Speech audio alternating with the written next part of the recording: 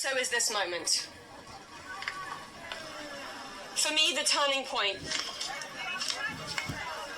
was when I had my daughter. And on the day she was born, I knew I had a responsibility to protect her and to protect all children.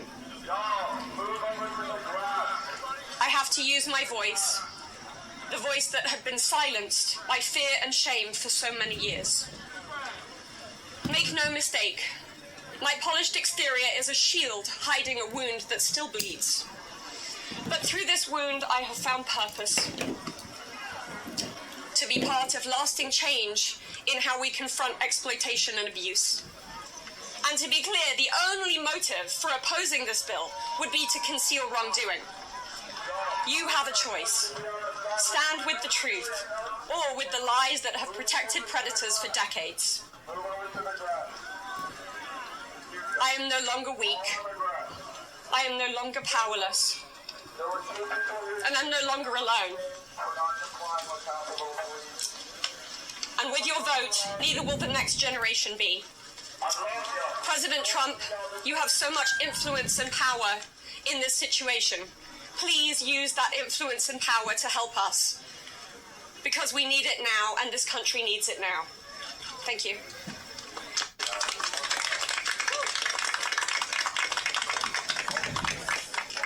Hello.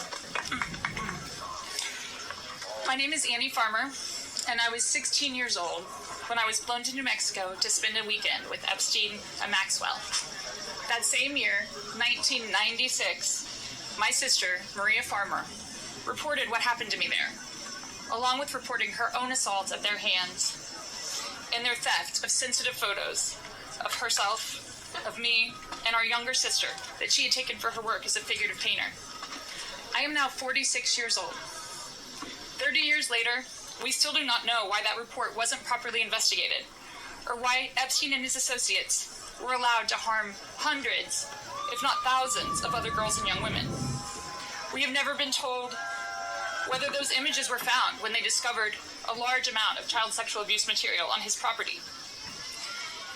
As a psychologist, I understand that when the systems meant to protect us recreate the abuse cycle, the betrayal that occurs can be just as damaging as the original trauma. This happens when survivors of these crimes are not believed, when our well-being is not weighed as heavily as those who have more resources or more privilege, and when perpetrators of these crimes are given a platform rather than the survivors of them. For so many years, it felt like Epstein's criminal behavior was an open secret.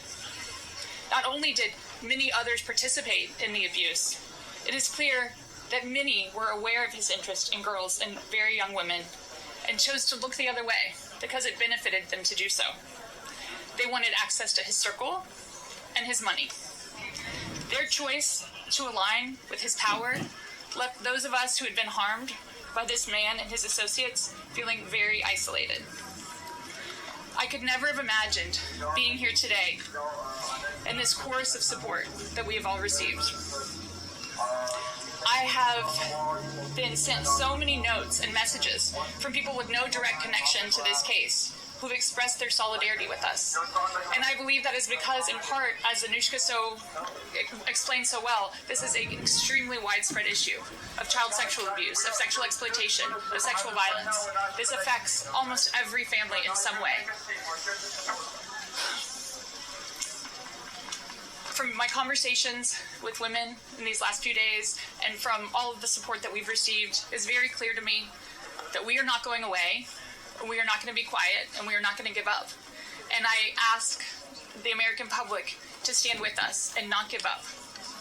At a time with record high levels of distrust in our institutions and a perception that there are two Americas, one for those with power and privilege and one for everyone else, passing this Epstein transparency bill is one important step that can be taken to prove to Americans that the government does not side with sexual perpetrators. A thorough public review of this information is an important step in preventing the type of systemic failures that have occurred in this case and harmed all of us. An important step towards healing for those involved. Thank you.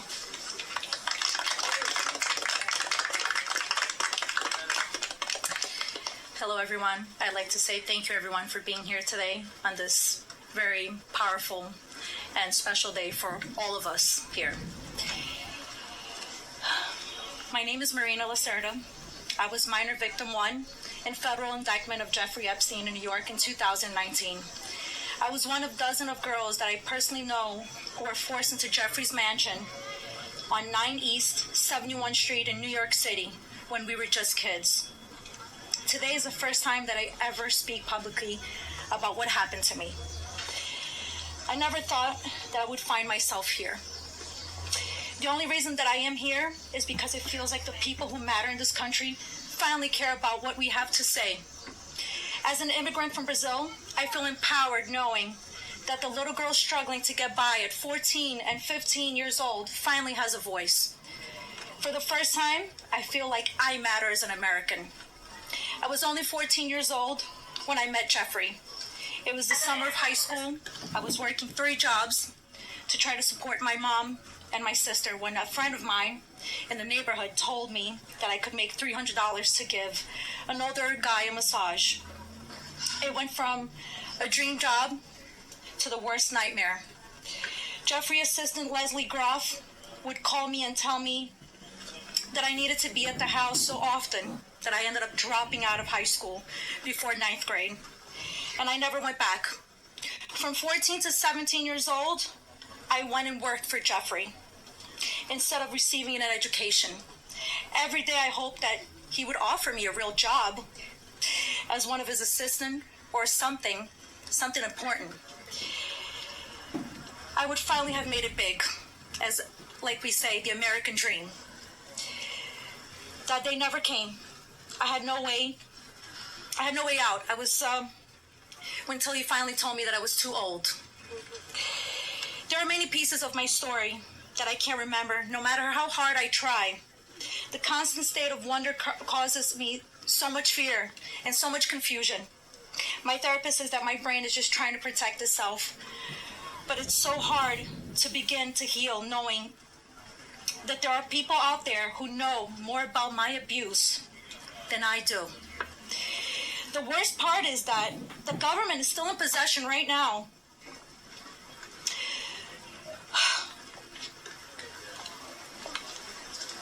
of the documents and information about that could help me remember and get over all of this maybe and help me heal. They have documents with my name on them that were confiscated from Jeffrey Epstein's house and could help me put the pieces of my own life back together. But I don't have any of it. And I know the same is true for many of these women.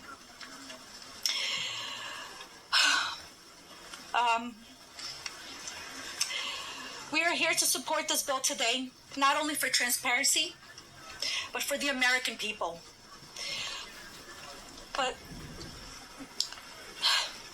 if the government is going to release these documents to the public, describing the crimes committed by Jeffrey Epstein and others, the least that they can do is give me my documents that they have about me. The other survivors deserve the same respect from our government. While identifying information must be redacted to the public, it is equally important to provide the victims themselves with unredacted information. I will never forget when the FBI agent showed up in my door in 2008. Jeffrey Epstein hired a lawyer to represent me, or more like to represent him, I like to say. I couldn't ask any questions, and I had no idea what was going on. I was terrified. Until today, I think most of us are still terrified. I thought somebody was going to kill me. I thought something was going to happen to my sister or my mother. It went further out to even maybe thinking something would happen in Brazil with my family. And then one day, the lawyer said that everything was just going to go away. Like nothing happened. I didn't need to testify. When I asked him why, he gave no explanation. That was it. So why? Why was I never called to testify then? We could have saved so many women. We could have saved so many lives from being abused. Why did he get away with it in 2008? Why was he able to go on in the abuse with hundreds of girls after the Florida investigation? Why didn't they let me testify to help stop him? Our government could have saved so many women, but Jeffrey Epstein was too important, and those women didn't matter. Why? Well, we matter now. We are here today, and we are speaking, and we are not going to stop speaking. Today, I stand here with the women who have really helped me to find the strength to come out and come forward to share my story for the very first time. Together, we are stronger than ever. While she may not be with us, Virginia Roberts, we will continue to use our voices to strengthen yours always. Thank you. Well,